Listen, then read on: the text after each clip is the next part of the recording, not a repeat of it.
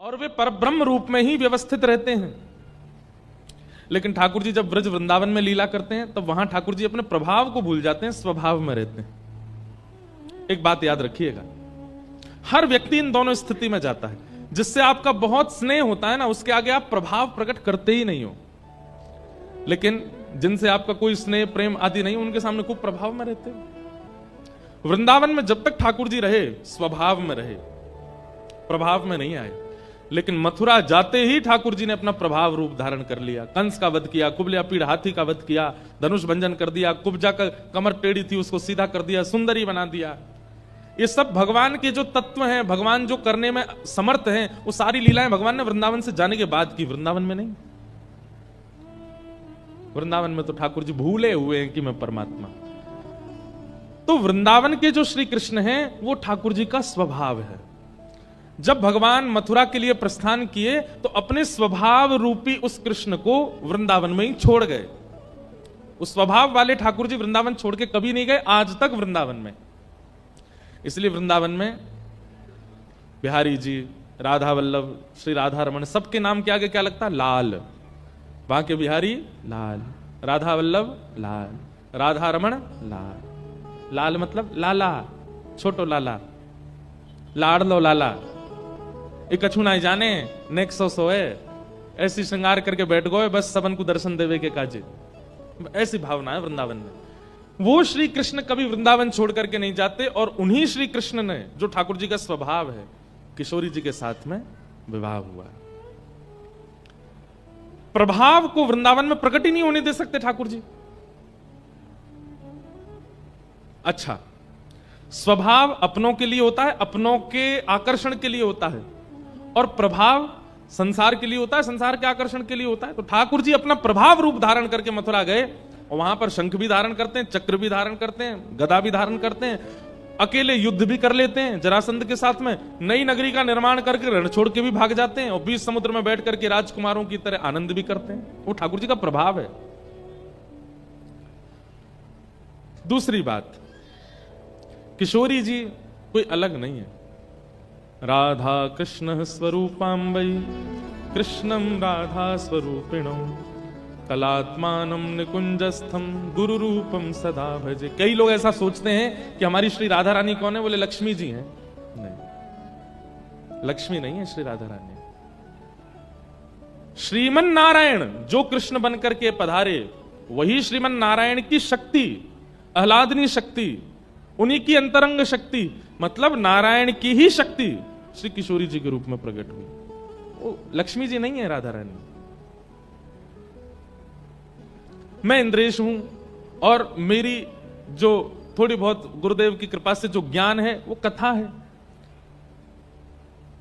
व्यक्ति रूप में मैं कुछ भी कर सकता हूं, कहीं भी जा सकता हूं, कैसे भी रह सकता हूं, लेकिन वाणी रूप में मेरा स्वरूप आप सबको सद्मार्ग दिखाना ही है। कई बार व्यक्ति के व्यक्तित्व से हमको फर्क नहीं होता, उसकी वाणी अगर हमको सार्थक कर रही है तो उसकी वाणी से हमको लाभ लेना है। वाणी और व्यक्ति अलग अलग हो गए दोनों। ठीक वैसे ही ठाकुर जी और ठाकुर जी की आह्लादनी शक्ति, प्रेम की स्थापना के लिए भगवान ने अपनी शक्ति को ही किशोरी जी के रूप में भेजा। लेकिन विवाह के लिए दो होने जरूरी हैं, अपने से विलग होना जरूरी है। आप खुद से प्रेम कर सकते हो पर विवाह नहीं। इसलिए ठाकुर जी ने लक्ष्मी जी के साथ विवाह किया, कथा जगत में, अपने प्रभाव रूप में, द्वारिका लीला में। भगवान का विवाह रुक्मणी जी के साथ में हुआ। रुक्मणी कौन है? लक्ष्मी। रुक्मणी जी के साथ में ठाकुर जी का विवाह हुआ। अब यहां थोड़े गृहस्थाश्रमियों वाली कथा है। जितने विवाहित लोग हैं उन लोगों के सुनने योग्य और समझने योग्य कथा है। रुक्मणी जी के साथ विवाह करके ठाकुर जी द्वारिका आ गए। एक सत्राजित यादव था, उसके पास सेमंतक मणि थी। उस मणि का प्रभाव ऐसा था, वो हजारों किलो सोना रोज देती थी। भगवान ने मन में विचार किया, अकेला व्यक्ति 1000 किलो सोने का क्या कर देगा? और वो भी एक महीना में एक बार, साल में एक बार आता हो तो समझ भी आ, रोज हर दिन 1000 किलो सोना प्रकट होता है। ठाकुर जी बोले इतना धन किस काम का? तो भगवान ने एक दिन सत्राजित से कहा, भाई सुनो, तुम्हारे पास जो मणि है वो इतना सोना देती है, अकेला तुम क्या करोगे उसका? सत्यराजित तो बोला मैं उसमें रहूंगा, मैं उसी में सोऊंगा, मैं उसी से नहाऊंगा, उसी में रहूंगा।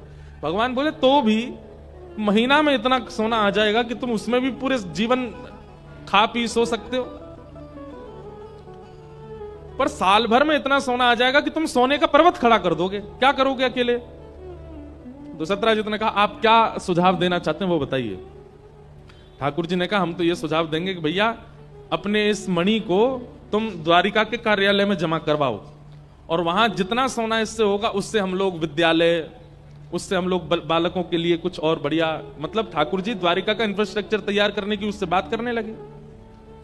आपको पता द्वारिका कितनी बड़ी थी जो समुद्र में डूब गई? कितनी बड़ी थी वो द्वारिका? भागवत जी में विद्यालय में प्रत्येक कक्षा में बालकों के ऊपर जो आचार्य हैं उन आचार्यों की गणना बताई है। द्वारिका के विद्यालय में 30 करोड़ आचार्य हैं। कितने आचार्य?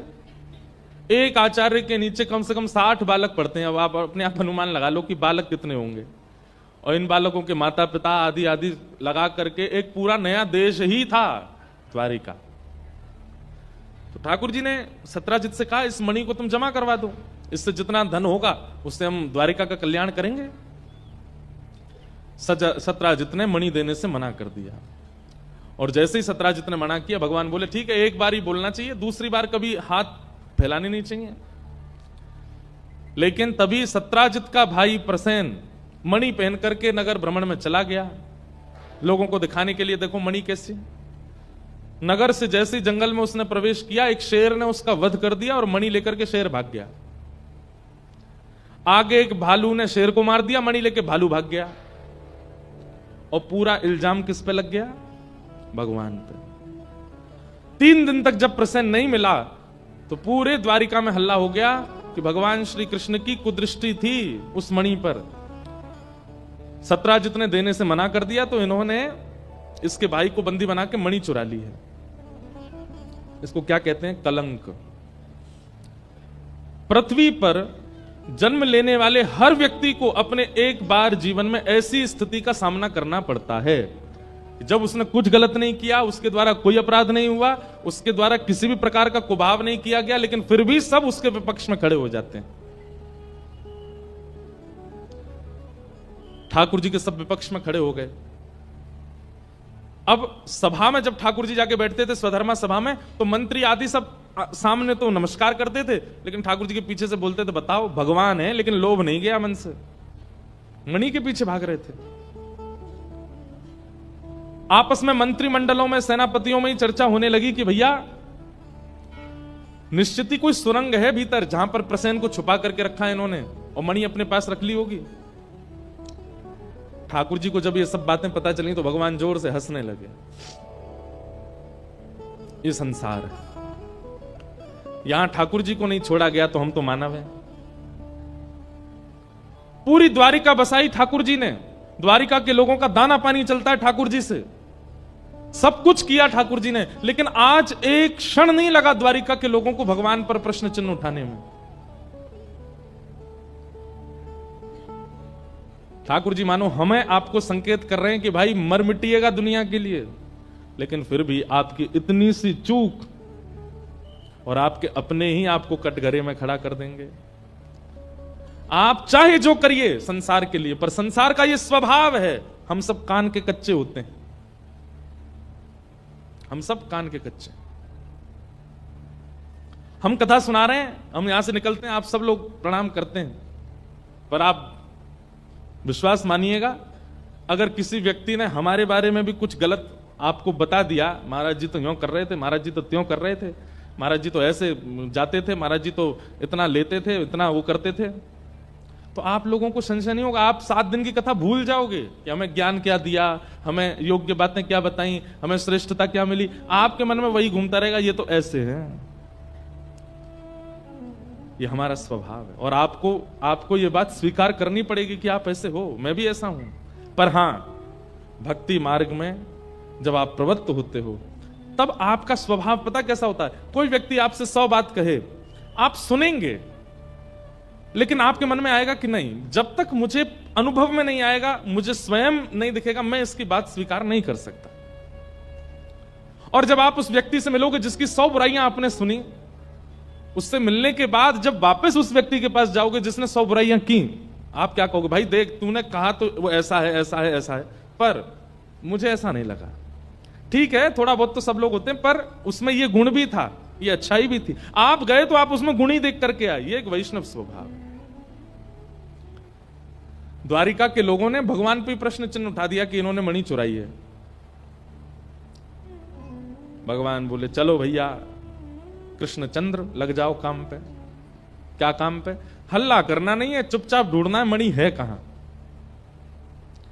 मतलब आप पर जब प्रश्न चिन्ह उठाया जा रहा हो तो शोर मत मचाइए कि मैं गलत नहीं हूं। जब आप गलत नहीं है तो आप शोर करेंगे ही नहीं, आप चुपचाप शांत बैठे रहेंगे और धीमे धीमे अंदर ही अंदर खोज करेंगे कि ये इल्जाम मुझ पर लग क्यों रहा है, इसके पीछे कारण क्या है। एक बात कह दें, व्यक्ति पर जब प्रश्न उठाया जाए और वो व्यक्ति मचल जाए, हाथ पैर फेंकने लगे और महाराज चिल्लाने लगे, गुस्सा करने लगे, चीजें उठा उठा के फेंकने लगे, तो समझ जाना गलती इसी की है। इतना विचलित क्यों हो रहा है? जिसका अपराध नहीं होता उस पर यदि गलत इल्जाम लगता है तो वो शांति ही रहता है। जब अपराध ही नहीं है तो मैं क्यों इतना मचलूं? ठाकुर जी मचले नहीं बिल्कुल भी। पूरी द्वारिका ने भगवान के ऊपर प्रश्न चिन्ह उठाया। ठाकुर जी बोले कोई बात नहीं, करने तो हम धीमे धीमे अपना काम करते हैं। सेना लेकर के आधी रात भगवान निकल पड़े, ढूंढो भाई प्रसेन कहां है। अब सेना के लोग कहें, बोले भगवान ढूंढना क्या है, सबको पता, आपके पास ही तो है, निकाल। भगवान बोले सुदर्शन चक्र से एक एक का सर धड़ से अलग कर दूंगा। जब हम कह रहे हैं कि प्रसेन को ढूंढो तो ढूंढो, चलो। और सेना के साथ ठाकुर जी निकल पड़े। तब दूर एक जंगल में प्रसेन का शव मिला। सेना ने देखा शेर के पंजों के निशान उसके शरीर पर। ठाकुर जी ने कहा मणि ढूंढो, मणि कहां है। भगवान, सब सेना ने ढूंढा, मणि नहीं मिली। तभी एक सैनिक बोला भगवान शेर के पंजों के निशान हैं, तो अगर हम पगडंडी देखें तो हो सकता है शेर मिल जाए। पगडंडियों के पीछे पीछे पीछे पीछे पीछे गए तो आगे शेर भी मरा पड़ा था, मणि उसके पास भी नहीं थी। ये कैसे मरा? बोले इसके ऊपर भालू के पंजों के निशान हैं। भगवान बोले इसके पीछे चलो। और अंदर गए तो एक गुफा में पहुंच गए। ठाकुर जी बोले अब यहां सब रुक जाओ, मैं भीतर जाता हूं। और ठाकुर जी भीतर गए, वहीं मणि दिख गई ठाकुर जी को। ठाकुर जी ने जैसी मणि उठाई, एक भालू के साथ ठाकुर जी का 18 दिन तक युद्ध हुआ। आक्रमण कर दिया एक रीछ ने। 18 दिन बाद जब उसकी नस नस ढीली हो गई, तब ठाकुर जी के चरणों में प्रणाम करके बोला भगवान मुझे क्षमा करो। ठाकुर जी बोले कौन हो तुम? 18 दिन हो गए, तुम मरते भी नहीं हो। भालू बोला भगवान मैं जामवंत हूं, मैं चिरजीवी हूं, चिरंजीवी हूं, मेरी मृत्यु नहीं हो सकती। ठाकुर जी ने जैसे सुना जामवंत, भगवान ने उठा करके हृदय से लगाया, मेरे प्यारे जामवंत जी आपका द्वापर में दर्शन हो गया, मैं बहुत आनंद में हूं आपको देख के। भगवान ने पूरा वृत्तांत बताया, इस मणि की वजह से हम पर कलंक लगा है, अब आप हमारे साथ चलो, गवाही देना द्वारिका में कि मणि आपके पास कैसे आई, कहां, नहीं तो लोग बाग हम पर इल्जाम लगा रहे हैं। जामवंत बोला भगवान मैं नहीं जाऊंगा, किसी और को भेजूंगा, और जिसको भेजूंगा वो सदा आपके पास ही रहेगा। भगवान बोले कौन? एक हाथ में मणि रखी और दूसरी हाथ में अपनी बेटी का हाथ रख दिया। क्या नाम है? जामवती। भगवान ने जामवती को जैसे ही देखा, भगवान बोले ये क्या कर रहे हैं आप? बोले भगवान मेरी सदा से इच्छा थी कि आप जैसे दशरथ जी को, जैसे आप श्री सीता जी के पिताजी जनक जी को सुख देते हैं दामाद बनकर के, ये सुख मुझे कब देंगे? और अब वो युग आ चुका है, आप मुझे भी ससुर होने का सुख दीजिए, मैं आपको दामाद के रूप में देखूं, आपको अपने जामाता के रूप में देखूं, मेरी बेटी से आप वर्ण कीजिए। भगवान बोले एक कलंक हटेगा दूसरा लगेगा। एक कलंक हटेगा हमारे ऊपर की मणि इनके पास नहीं थी, और दूसरा क्या लगेगा? बोले इनको भालू की बेटी मिली थी ब्याह करने को, इंसान खत्म हो गए। कई जगह ऐसा वर्णन है कि जामवती जो थी ना वो भी भालू जैसी थी। वो ठाकुर जी उसको देखें, ठाकुर जी पे घुर्रावे। भगवान बोले अभी से घुर्रा रही है तो इससे कैसे ब्याह करें हम? जामवंत जी बोले भगवान आप मर्यादा पुरुषोत्तम त्रेता में थे, अभी आप लीला पुरुषोत्तम, आप लीला कर रहे हैं, आप श्री कृष्ण हैं। आप मर्यादा पुरुषोत्तम राम नहीं है कि आपको मर्यादाएं देखनी पड़ेंगी, कृपा करके मेरी पुत्री को स्वीकार करो। और भगवान ने दूसरा विवाह जामवती के साथ किया। बोलो जामवती रमण भगवान की जय। ठाकुर जी वापस आए। जामवंत जी ने आकर के गवाही दे दी। पूरी द्वारिका को पता चला कि भगवान के पास मणि नहीं थी। सब द्वारिका के लोग ठाकुर जी से क्षमा मांगने लगे। भगवान बोले कभी भी किसी पर संशय करने से पहले 2 बार सोच लिया कीजिए, और 1 बार किसी पर संशय करने से पहले उसके उपकारों का विचार किया कीजिए कि इसने हम पर कितने उपकार किए हैं। द्वारिका नगरी बनाई मैंने, आप सब लोग यहां रहते मेरी कृपा से हैं, सब लोग भोजन करते मेरी कृपा से हैं, और आप लोगों ने 1 बार भी विचार नहीं किया संशय करने से पहले। द्वारिका के लोग बोले भगवान हमें क्षमा कर दो। बोले इसमें क्षमा की कोई बात नहीं, ये तो संसार का नियम है। ये तो मैं क्या, संसार का हर व्यक्ति अपने जीवन में 1 बार ऐसी स्थिति का अनुभव करेगा। अब द्वारिका के लोग भगवान से तो क्षमा करने लगे और सब ढूंढने लगे ये इल्जाम लगाया किसने भगवान पर। बोले जिसकी मणि थी उसका नाम क्या है? बोले सत्राजित। अब सत्राजित को गालियां देने लगे, तेने हमारे भगवान के ऊपर लांछन लगाया, तेने ऐसे किया, ये किया। सत्राजित का घर से निकलना दुश्वार हो गया, उसके घर पर पथराबाजी करने लगे लोग तो ऐसे ही करते हैं, कभी इस पक्ष में कभी उस पक्ष में। अब तो सत्राजित को घेरने लगे। अब तो वो जैसे ही घर से बाहर निकले लोग कहे तुझे मार देंगे हम, तू घर से बाहर मत निकलना, तेने हमारे भगवान के ऊपर इल्जाम लगाया। सत्राजित बड़ी चिंता में आ गया, मैं क्या करूं ऐसा कि जिससे सब ठीक हो जाए। तब उसने अपनी बेटी को देखा, उसकी बेटी का नाम था सत्यभामा। सत्यभामा बचपन से ठाकुर जी से प्रेम करती थी और उसने अपने पिता से कहा था कि मैं विवाह करूंगी तो केवल इन्हीं से करूंगी। तब सत्राजित कहता था मृत्यु स्वीकार है लेकिन कृष्ण से तेरा ब्याह नहीं करने दूंगा मैं। और जबरदस्ती अपनी बेटी की सगाई कर दी एक सतधनवा नाम के व्यक्ति से। सगाई हो चुकी है उसकी बेटी की, लेकिन आज वो सोचता है अगर मैं अपनी पुत्री का विवाह कर दूं कृष्ण से तो कृष्ण मेरे संबंधी हो जाएंगे, और कृष्ण संबंधी हो गए तो ये जितने द्वारिका के लोग मुझे गालियां दे रहे हैं सब मेरे प्रेमी हो जाएंगे। भाई जब मैं उनका ससुर बन जाऊंगा फिर क्यों गाली देंगे मुझे। इस लोभ में अपनी बेटी का ब्याह कर दिया भगवान से। और तीसरा ब्याह भगवान का हुआ सत्यभामा। दहेज में मणि लेकर के गया। भगवान बोले इसको दूर रखो मेरे से, इसके कारण इतना सब चक्कर घूम गया, ये मणि चाहिए ही नहीं हमको। लेकिन एक लीला हो गई। क्या? भगवान का तीसरा ब्याह सत्यभामा से हुआ तो सत्यभामा के जो पुराने मंगेतर थे जिनसे इनका ब्याह होने वाला था, सतधनवा, वो तो ब्याह इसीलिए कर रहा था कि उसको मणि मिलेगी दहेज में। अब पता चला रात रात में ससुर जी ने मन बदल करके कृष्ण से ब्याह कर दिया। वो तो क्रोध में भर गया और उसको पता चला कि कृष्ण ने मणि ली भी नहीं है दहेज में। उसके मन में आया, बोले बेटी तो हाथ से गई, ब्याह तो हुआ नहीं मेरा, कम से कम मणि ले आऊं ससुर जी से। और वो आया, आकर के कहा कि आपने मेरे साथ बहुत गलत किया, पहले मेरी सगाई कर दी अपनी बेटी से और मुझे बिना बताए ब्याह कर दिया कहीं और।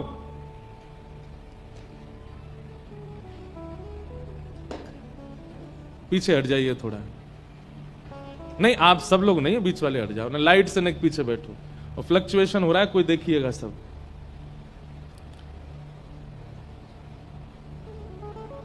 इधर देखो भैया, जो भी लाइट वाले हों वो पूरा सब देखना। ठाकुर जी आ रहे हैं कथा में। बोलो वृंदावन बिहारी लाल की। 1-1.5 घंटा और रुक जाओ ठाकुर जी, फिर खूब जोर से पूरे सुनाम में ही आ जाना।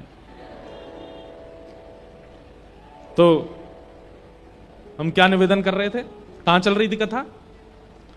हां, सतधनवा दौड़ा दौड़ा आया और अपने एक्स ससुर जी मेरे से ब्याह क्यों नहीं कराया आपने अपनी बेटी का, और मुझे बिना बताए आपने ब्याह कर दिया कहीं और, ये बहुत गलत है, और आदि आदि सब सुनाने लगा। बोले अब क्या चाहते हो? बोले कि इसकी भरपाई होगी, अब मणि मुझे दो। बोले मणि तो नहीं दूंगा। इसी बात पर दोनों में लड़ाई हुई और सतधनवा ने सत्राजित यादव को, मतलब भगवान के तीसरे ससुर जी को, जान से मार दिया और मणि लेकर के भाग गया। मणि लेकर के भाग गया। अगले दिन ठाकुर जी अपनी स्वधर्मा सभा में बैठे थे, इतने में ही सत्यभामा रोती हुई आई। ठाकुर जी बोले क्या बात है, आप क्यों रो रही हैं? उसने बताया, बोले मेरे पिताजी को मेरे पूर्व मंगेतर ने मार दिया और मणि लेकर के वो भाग गया, मेरे पिता की मृत्यु हो गई। ठाकुर जी बहुत रोए, इतना रोए, इतना रोए, इतना रोए, इतना रोए। वो तो मुझसे बहुत प्रेम करते थे, वो तो मेरे बड़े हितैषी थे। केवल और केवल सत्यभामा के मन में अपना प्रेम स्थापित करने के लिए ठाकुर जी रोने लगे। ठाकुर जी बोले, वो तो मुझसे बहुत प्रेम करते थे, मेरे ससुर जी कहां चले गए, बेचारे कहां होंगे अब। ऐसे रोवे उसकी गोदी में सर रख के। सत्यभामा कहे, मुझे पता है आप मुझसे और मेरे पिता से बहुत प्रेम करते हैं। भगवान बोले, बस मैं तुमको यही बताना चाहता हूं, मुझे बहुत पीड़ा हो रही है, ऐसा लग रहा है मेरे खुद के पिता चले गए क्या।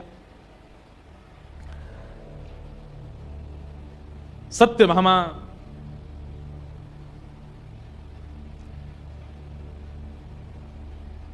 भगवान चाह रहे थे कि इसके मन में ये आ जाए कि नहीं, ये मेरे पिता से बहुत प्रेम करते हैं। लेकिन सत्यभामा क्या बोल पड़ी, बोले आप इतना रोइए मत, आप इतना परेशान मत होइए, मुझे पता है आपको बहुत कष्ट है। भगवान बोले, देवी मैं क्या करूं। बोले, अब इसका एक ही उपाय। बोले क्या। सतधनवा को आप मारिए जाकर के, और वो जो मेरे पिता की मणि चुरा के भाग गया, वो मणि ला करके मुझे दे दीजिए, पिता के बाद उस मणि पर अधिकार मेरा है। भगवान बोले, ये मणि मेरा पीछा कब छोड़ेगी, ये मणि मेरे जीवन में ऐसी आई है, जब से आई है तब जा ही नहीं रही है।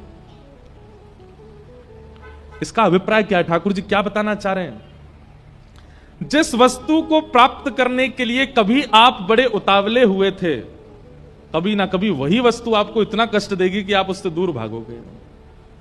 वो वस्तु भी हो सकती है, वो व्यक्ति भी हो सकता है, वो कुछ भी हो सकता है। इसलिए किसी भी चीज के लिए ठाकुर जी के अलावा बहुत उतावले मत होइए, क्योंकि अतीत में यदि वो वस्तु भी अगर आपको मिल जाए तो आप उससे भी अप्रसन्न हो जाओगे। लोग धन की इच्छा बहुत रखते हैं, लेकिन अतीत में जब धन की प्राप्ति हो जाती है तो बहुत धन भी कई बार लोगों को कष्ट देने लगता है। कई लोगों को बहुत यश की कामना होती है, मेरा बहुत नाम हो जाए, मैं जहां जाऊं भीड़ इकट्ठी हो जाए। कई बार उसको भीड़ से ही परेशानी होने लगती है। इसलिए ठाकुर जी कहते हैं, कभी किसी वस्तु से आशाएं मत रखो, नहीं तो वो बहुत परेशान करेगी आपको। ठाकुर जी बोले, अब इस मणि का क्या करें हम। सत्यभामा बोली, आप अभी जाइए और उसको मार दीजिए, मार करके मणि लेके आइए, मुझे दीजिए। भगवान बोले, ठीक है जाता हूं मैं। ठाकुर जी बलराम जी के साथ गए। सतधनवा को पता चला कि भगवान आ रहे हैं और मणि मुझसे लेंगे और ये मुझे मार देंगे। तो भगवान के काका हैं श्री अक्रूर जी। ये अक्रूर जी वही हैं जो ठाकुर जी को मथुरा से लेके आए थे, वृंदावन से मथुरा लेके गए थे। अक्रूर जी जो थे वो सतधनवा के मित्र थे। तो सतधनवा ने अक्रूर जी को जाकर के कहा कि आप एक काम करिए, भगवान आ रहे हैं और अगर उनको मेरे पास मणि मिल गई तो वो मुझे मार देंगे, आप मणि आप रख लो, मैं कहीं और भाग जाता हूं। भगवान अक्रूर जी बोले ठीक है, और मणि रख करके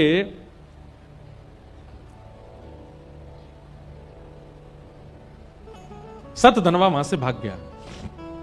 भगवान ने बीच मार्ग में उसको पकड़ लिया, उसका वध कर दिया, लेकिन उसके पास मणि नहीं मिली। अब ठाकुर जी कहें, भाई मणि कहां है, मणि तो है नहीं इसके पास। उसका घर देख लिया, उसका जहां भी उसके स्थान थे सब जगह देख लिया, लेकिन मणि कहीं नहीं मिली। तब ठाकुर जी खाली हाथ वापस आ गए द्वारिका। द्वार पर ही खड़ी थी सत्यभामा। भगवान ने आकर के कहा, देवी हमने सतधनवा को मार दिया, तुम्हारे पिता के हत्यारे का हमने वध कर दिया, हमने बदला ले लिया उससे। सत्यभामा ने हाथ आगे किया, मणि मणि दो हमें। ठाकुर जी बोले, मणि उसके पास नहीं थी, मैंने देखा, उसका घर भी गया था और भी जगह सब देखा, मणि मिली नहीं मुझे। तो सत्यभामा के मन में आया, इनकी बहुत पहले से मणि पर दृष्टि थी, कहीं वो मुझे अपने पास ना रखनी पड़े, कहीं उस पर मेरा अधिकार ना हो जाए, क्योंकि अगर मणि मेरी हो गई तो मैं रुक्मणी जामवती से ज्यादा श्रेष्ठ हो जाऊंगी। इसलिए ये मणि मुझे दे नहीं रहे, छुपा के अपने पास ही रख ली है। लेकिन ठाकुर जी तो अंतर्यामी, समझ गए मन की बात। भगवान बोले, जय हो, संसार के लोगों सावधान हो जाओ, ये आपकी धर्मपत्नी है। कभी जीवन में ऐसा समय भी आएगा कि सप्त फेरे जिसके साथ हुए वो भी आप पर संशय करे। संशय तो बहुत बातों का होता है, पर ऐसी बात का होना जहां पर ठाकुर जी पर कलंक लगता हो। ठाकुर जी कहते हैं ऐसा संशय भी आप सबको देखना पड़ सकता है। 1 साल तक सत्यभामा ने भगवान से बातें नहीं की। ठाकुर जी जैसे ही आते मुंह फेर के बैठ जाती, लेकिन ठाकुर जी भी बोले मैं ज्यादा प्रमाण नहीं दूंगा। सत्य का स्वरूप है, उसको कितना भी छुपाया जाए वो प्रकट हो जाता है। अगर मैं गलत नहीं हूं तो मुझे ज्यादा प्रमाण देने की आवश्यकता नहीं है। सत्यभामा मुझसे बात ना करे तो ना करे। ठाकुर जी अपना कर्तव्य निभाते थे, रोज उसके पास जाना, अपनी तरफ से बातें करना। वो उत्तर नहीं देती थी, वो उसका स्वरूप स्वभाव है। वो ठाकुर जी से पूछती थी मणि आपके पास है ना? ठाकुर जी स्पष्ट कहते थे नहीं है। अब इससे अतिरिक्त मैं आपको और कुछ उत्तर नहीं दे सकता, मेरे पास मणि नहीं है। 1 साल तक सत्यभामा ने भगवान से बातें नहीं की, इस प्रकार से व्यवहार किया। 1 वर्ष बाद एक दिन बड़े मालधार पहने हुए ब्राह्मण देवता को ठाकुर जी ने देखा। सोने की चैन, सोने के कुंडल, सोने की पगड़ी, सोने के हाथ में कड़ूला, सोने के पांव में पाजेब, सोने की कोंधनी। ठाकुर जी बोले ब्राह्मण इतना सोना पहन करके कभी नहीं रहता, इतना स्वर्ण पहन करके कैसे घूम रहा है? तभी ठाकुर जी बोले ब्राह्मण देवता इधर आओ, इतना सारा सोना कहां से आया आपके पास? बोले अरे क्या बताएं, आपकी द्वारिका में एक दानवीर है। कौन? अक्रूर जी। बोले वो सोने की थाली, सोने की चम्मच, सोने की गिलास, सोने की कटोरी, उसमें भोजन कराते हैं और पूरे सामान दक्षिणा में दे देते हैं, ले जाइए। भगवान बोले अक्रूर जी कुछ ज्यादा ही दान नहीं कर रहे, पूरी थाली का सेट दान कर देते हैं? बोला हाँ। समझ गए भगवान, बोले ये तो मणि की कृपा है। भगवान ने पत्र लिख करके अक्रूर जी से कहा मणि आपके पास है, हमें पता है, पर आप आकर के द्वारिका में एक बार और गवाही दे दीजिए कि मणि आपके पास है, क्योंकि द्वारिका में कुछ लोगों को मुझ पर संशय है। अक्रूर जी महाराज आए और आकर के उन्होंने मणि सबको दिखा करके स्वीकार किया। तब सत्यभामा को बहुत खेद हुआ और भगवान से क्षमा मांगी। ठाकुर जी बोले ये संसार का नियम है, इसलिए सावधान हो जाइएगा सब लोग। गृहस्थ आश्रम में प्रवेश करने के बाद इन इन घटनाओं का, ऐसी ऐसी स्थितियों का अनुभव सबको करना पड़ सकता है। बस विचलित मत होइएगा, ज्यादा प्रमाण देने की आवश्यकता नहीं है। आप यदि सत्य हो तो मौन रहिए और सत्यता से अपना जीवन निर्वहन कीजिए। इस प्रकार सिमंतक मणि का उपाख्यान पूरा हुआ। जो इस पूरी कथा को सुनता है, ठाकुर जी ने इस पूरी कथा को वरदान दिया, इस कथा को सुनने वाले व्यक्ति को अपने जीवन में बेवजह कलंकित नहीं होना पड़ेगा। और यहां श्लोक भी है, सिन्हो प्रसेनमभिदत् सिन्न जाम बताहताः सुकुमार कथम रोदे तब एष समंतकः। इस श्लोक को सुनने से और इस पूरे प्रकरण को सुनने से व्यक्ति सावधान हो जाता है जीवन में और उसको फिर कलंक नहीं लगता। और कभी अगर ऐसी स्थिति आवे भी जीवन में तो भैया परेशान मत होइएगा, विचलित मत होइएगा, प्रसन्न रहिएगा, सब आनंद होगा। इस प्रकार ठाकुर जी के 3 ब्याह हो गए और एक दिन ठाकुर जी अर्जुन के साथ घूम रहे थे। तभी एक श्याम वर्ण की मतलब थोड़ी सांवली सी परम सुंदरी यमुना जी के तट पर बैठी है। अर्जुन का उस पर मन आ गया। बहुत ध्यान से सुनिएगा। अर्जुन बोला हे कृष्ण, आप मुझे बहुत प्रिय हो, आपका वर्ण मुझे बहुत प्रिय, आपके नेत्र मुझे बहुत प्रिय हैं। और देखो बिल्कुल आप जैसे वर्ण वाली, आप जैसे नेत्र वाली एक कन्या बैठी है और बिल्कुल तपस्विनी की मुद्रा में बैठी है। ये सांवली सांवली जो ये कन्या बैठी, मेरा मन हो रहा मैं इससे ब्याह कर लूं। भगवान बोले तो जाओ, जाकर के अपना हाथ बढ़ाओ, पूछ लो अगर तुमसे ब्याह कर ले तो। अर्जुन उसके पास गए और जाकर के बोले हे देवी, आप कौन हैं और यहां इतनी युवावस्था में आप तपस्या कर रही हैं, क्या प्राप्त करना चाहती हैं अपने जीवन में? तुरंत वो सुंदर युवती श्याम वर्ण की बोल पड़ी अर्जुन। अर्जुन घबरा गया, आपको मेरा नाम कैसे पता? बोले मुझे सब पता है। बोले आप कौन है? बोले मैं कालिंदी हूं, यमुना, कलिंदगिरी पर्वत की पुत्री। आप यहां तपस्या क्यों कर रही हैं? बोले मैं श्री कृष्ण को अपने पति रूप में वर्ण करना चाहती हूं, उनकी प्राप्ति के लिए तप कर रही हूं। अर्जुन ने पीछे मुड़ के भगवान को देखा। बोले जब आपको पहले से ही पता था कि आपसे ही ब्याह करना चाहती तो मुझे उम्मीद क्यों जगाई आपने?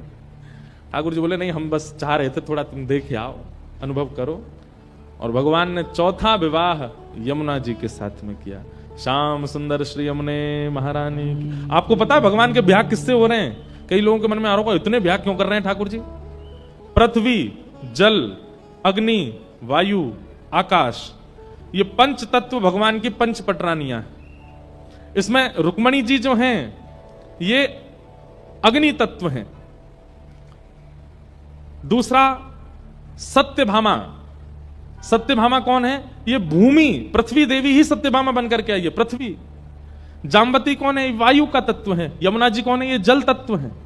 इस प्रकार भगवान की पंच पटरानियां पंच तत्व ही हैं, पृथ्वी, जल, अग्नि, वायु, आकाश। अष्ट पटरानियों में कितनी बची? 3।